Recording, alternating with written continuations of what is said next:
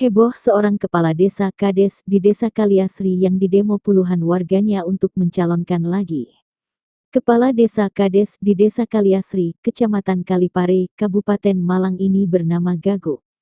Pria ini begitu dicintai warganya hingga para warga sampai mendesaknya untuk kembali menjadi kepala desa Kades pada periode selanjutnya.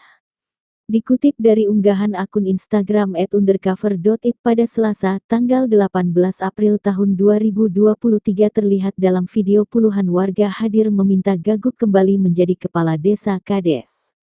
Aksi demo simpatik ini dijaga oleh personel Polres Malang.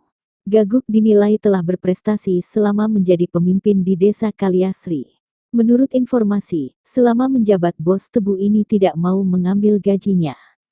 Dikutip dari undercover.id, hasil dari pemanfaatan lahan bengkok seluas lebih dari 12 hektar juga tidak dipakai untuk kepentingan pribadinya. Gaya hidupnya yang sederhana pun semakin membuat warganya mencintainya. Meski ia seorang kepala desa, tetapi ia lebih memilih menaiki sepeda ontelnya dari rumah yang berjarak kurang lebih 500 meter untuk menuju kantor desa. Gaguk pun jauh dari kesan formal ketika masuk kantor, ia disebut nyaris tak pernah berseragam. Akhirnya, setelah didesak oleh warganya untuk mencalonkan kembali, Gaguk bersedia untuk menjadi kades periode selanjutnya.